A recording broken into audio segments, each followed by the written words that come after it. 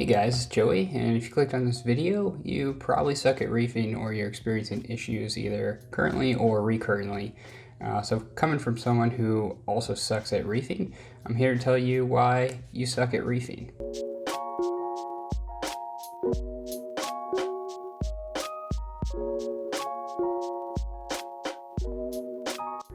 Alright, so one of the most common reasons you suck at reefing is because you're impatient. So 2 weeks into the hobby, you went and added 5 fish, 57 zoas into an uncycled tank, and everything died. And then you go on Facebook and you're getting roasted by people because you suck.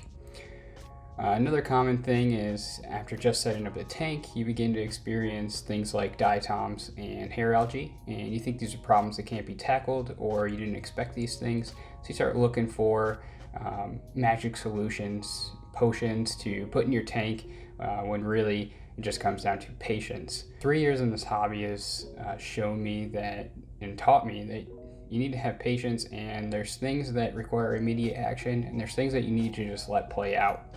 There doesn't always need to be a reaction for something that's happening inside your tank. And these issues and this reason why you suck at reefing doesn't just go for new reefers, it goes for experienced reefers as well who may be experiencing success in their tank but are still relatively impatient. We all want to have a beautiful looking tank and have everything fully grown and colored up as soon as possible.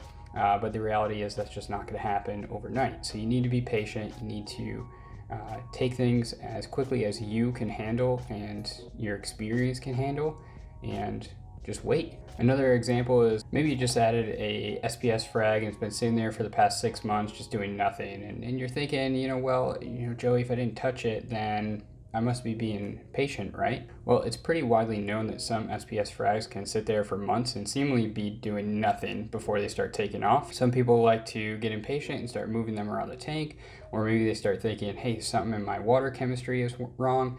They start messing around with water chemistry, they start messing around with lights, and really it just comes down to time. You just need to let these things take time and play it out. So my best advice is, if you fall into this category, is to slow down, stop trying to do all these magic potions, stop freaking out, stop posting on Facebook for people to give you bad advice, and just remember that it's a long-term process and you can do things to shorten it, but because you suck at reefing, it's not really worth getting into those things right now. Number 2 on the list is following bad advice or too much advice. We've all heard the YouTube clowns out there telling you to feed a full-size scoop of reefroids into your 20-gallon tank, or telling you that to be successful you need to keep your tank within 0.5 degrees of temperature variance or you'll experience things like RTN. Well, if that were true, no corals would ever be able to be shipped. Things would constantly be STNing in the oceans to the point of nothing left. Maybe someone told you to turn off your return pump so you're not wasting food, or to allow your fish to more easily capture it. But then you forget to turn back on your pump and you go leave the house, you go grab some Chick-fil-A, and then you come back to a crashed tank and you're like, oh my God, what happened? This is an easily avoidable mistake that was the subject to bad advice. Following advice on Facebook is another way to get yourself into a lot of issues. There's some newer groups out there that are really good, but the majority of groups out there are pretty aggressive from what I've seen and pretty toxic. So I would just say, if you do decide to go on Facebook and you decide to make a post about how you made a mistake and it cost you the life of your livestock, be it corals or fish, just be prepared to get roasted with a bunch of 20/20 hindsight from a bunch of so-called experts that don't ever really show you your tanks. However, you may be new to the hobby, of course, because you probably suck at reefing, and you don't know yet that all this advice is garbage, or you don't know it's some shitty way to push you to buy a product, selling reefroids or selling something like phosphates, nitrates, things you don't need yet. So you're thinking, Joey, how do I weed out the bullshit and how do I get good advice? For one, I would not listen to me. But if you are, I would recommend following 1 or 2 individuals that you can see their tank, you can see the results, and they're open and transparent about what they're doing to have success in their tanks. One of the worst things you could do is fall into the trap, which is the easiest trap to fall into, is taking advice from every single person that's willing to give you the advice. This causes you to chase new products, chase numbers, purchase unnecessary or erroneous equipment, and most likely you'll continue to suck at reefing. Find someone whose tank is close to yours, be it equipment or size. Most recommended is going to be a similar size, so you can copy or emulate what they're doing to have success. And then just also listen closely to what they're actually saying. And if they say some stupid shit like you need to keep your tank within 0.5 degrees of temperature variance or your corals are going to die, get the hell away from that dumbass, because they're probably just riding a huge wave of luck. Number 3 on the list is overreacting to issues that really just aren't a big deal. There's obviously a large connection between this one and impatience. Most likely you're overreacting to issues because you suck or you're impatient, which also means that you suck. Like I mentioned earlier, sometimes in our tanks, they will go through phases of minor issues like hair algae or cyano outbreak. In my tank, I battled tons of green hair algae on my rocks for upwards of 7 to 8 months. And every time I would post a video, I'd get people commenting on there about how I needed to go in there and do something about it, like scrubbing my rocks or to dose something. And I would always just say, why? First off, it's my tank. Why do you care? Second is, who cares? Is the algae killing anything? No. So, okay, who cares, right? There's no reason to overreact about the situation when nothing negative is happening to the livestock. If you have a situation where the problem is affecting the livestock, then you should definitely take the action. But these minor issues, it's just going to be ugly for a while, and that's okay. In the grand scheme of things, you don't need to go and start overreacting and dosing unnecessary chemicals or exerting unnecessary energy to get in there and scrub the rocks every single day, which doesn't really do anything. It doesn't really help too much, by the way.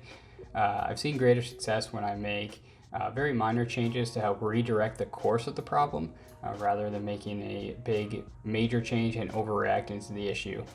So I think that problem was just a part of the rock cycle, and during this period my phosphates were relatively low, around 0.05, 0.1, and after this period my phosphates stayed high for months, sometimes topping upwards of 1 part per million, and I never had any hair algae even at that high of phosphates. So if you fall into this category, just like the first, slow down and relax. Unless you took the necessary steps to cycle your rock and cure it properly for months on end before setting up your tank, you can expect to have these problems. And it's okay. There's nothing wrong with it.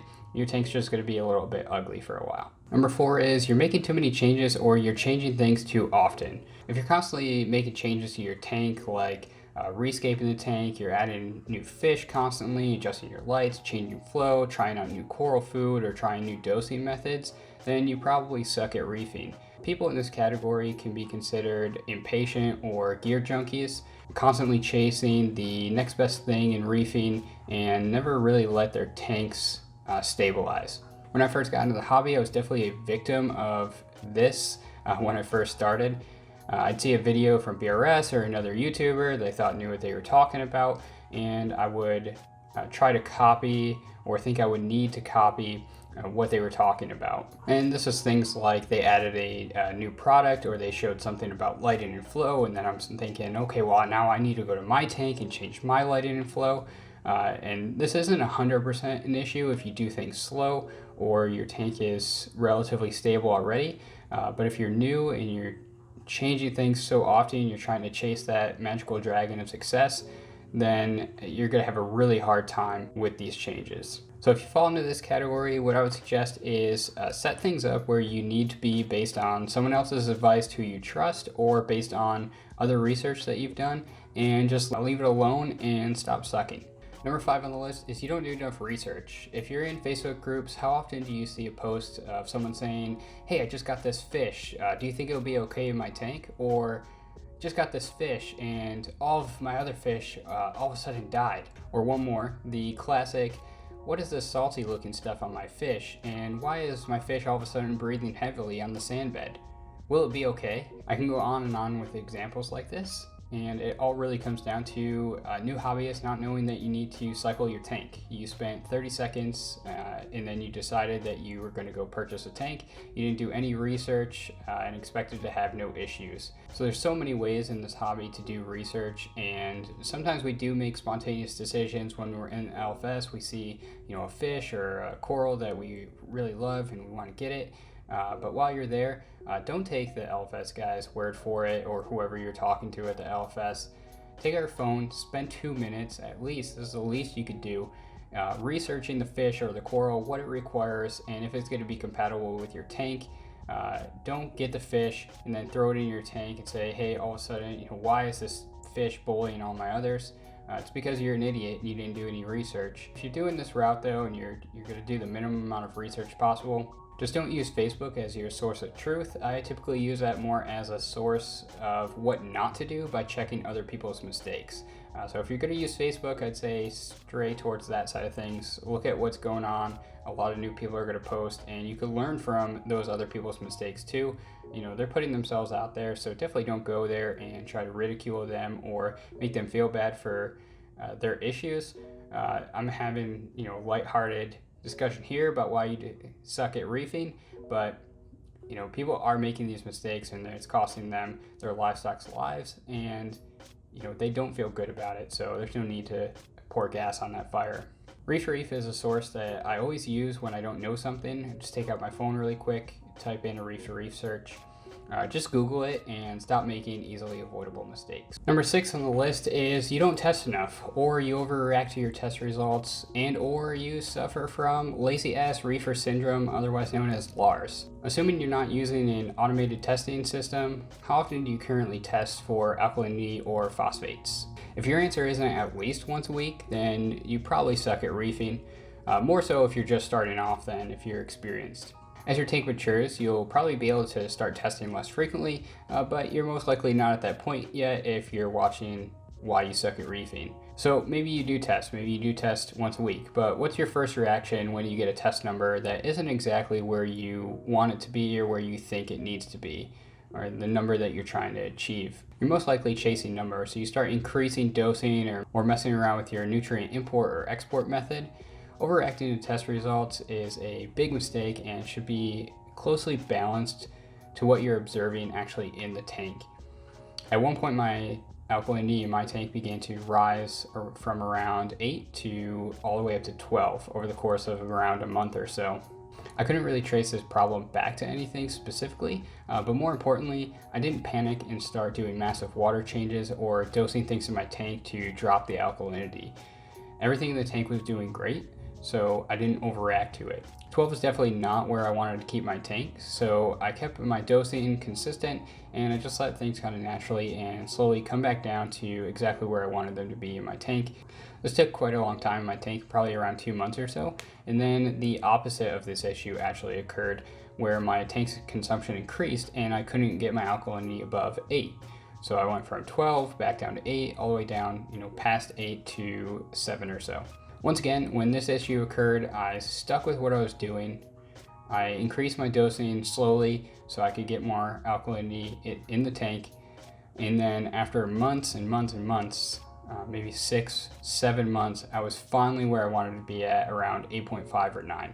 So lastly, going back to lazy ass reefer syndrome, as someone who suffers from LARS, I'm clinically qualified to diagnose this issue.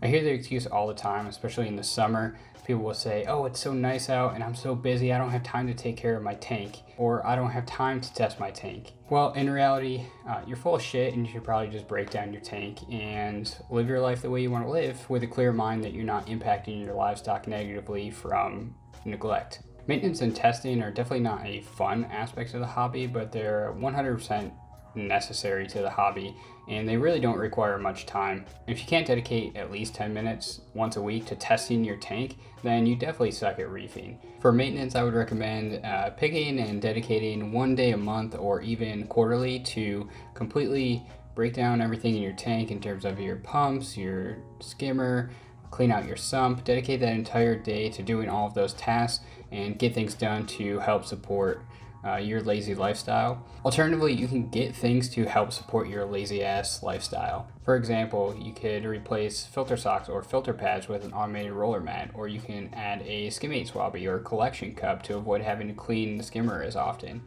You could set up automatic water changes, Or you can make a water change station to make water changes quicker and easier for you. Or you can use citric acid instead of vinegar to make cleaning your pumps quicker. There's definitely options out there if you know you have a busy lifestyle or you're just naturally lazy. It will cost you more definitely in the end, but you'll be more successful because your livestock won't be suffering as much for your busy lifestyle. The last one on the list is use too many magic snake oils. I mentioned this to a small extent earlier, that using too many products and constantly chasing the next best product some YouTube guru is pushing can be really tempting and a really bad habit to fall into for new hobbyists. Just keep in mind that those people are probably pushing those products for a reason, probably because they're getting something for doing so. And there's plenty of examples out there of reef tanks where they're not using any of these extensive products or the next best product out there. I definitely fell into this trap when I first started the hobby, as I mentioned earlier, and you quickly learn that anything labeled miracle, sorry to tell you, it's not a miracle. Nothing but a bunch of bullshit in a bottle, and if there's a market for bullshit in a bottle, then I should be rich and I'm going to start bottling up some bullshit immediately. The moral of the story here is stop doing all the extra shit to your tank and just relax and observe your tank and see what changes you notice in the tank. If you are going to go buy a new product, do some more independent research before you actually make that decision to go ahead and buy that product. Don't just take one person's word for it. One honorable mention to the list I have here is not having a way to monitor your tank. This, in my opinion, is critical to being successful, and it doesn't have to be expensive. It doesn't need to be a full monitoring system, although I do recommend a full monitoring system like the Apex. But there's other things that can suffice as well, like Wi-Fi plugs, cameras, cheaper alternatives to the Apex like the Hydros. Basically anything that can give you instant insight into what's happening in the tank currently in terms of power. Because how many times have you heard or seen on the forums, Facebook, or even YouTube that someone left for vacation and the power goes out, they never knew about it, the tank sitter never knew about it or didn't catch it until the following morning, and the entire tank crashed. So it's super critical to have something to at least tell you that something is wrong, the power is out or your internet's out, so you can let your tank sitter know, or you know, maybe you're at work and this happens and you leave, go check on the tank and make sure that everything's okay. So I definitely recommend getting something that could tell you the power is out or something is going on. That way you can go ahead and investigate. Okay guys, that's a list of why you suck at reefing, and just keep in mind that this list is definitely not comprehensive at all. If this video does okay and the feedback is good, I might do another part in this series, so let me know your thoughts in the comment section and feel free to drop some more reasons why you suck at reefing. If you disagree with any of the items here, let me know in the comment section, but just keep in mind that I don't really care, and there's definitely one-offs and exceptions to every single item that I listed here. So I don't really care if you fit into every single one of these categories, but your tank is perfectly fine. And that feels like a pretty good place to end, so I'll catch you in the next one. When I talk about stuff that I don't know what I'm talking about, and then I can't read what I wrote this, and then I can't read it.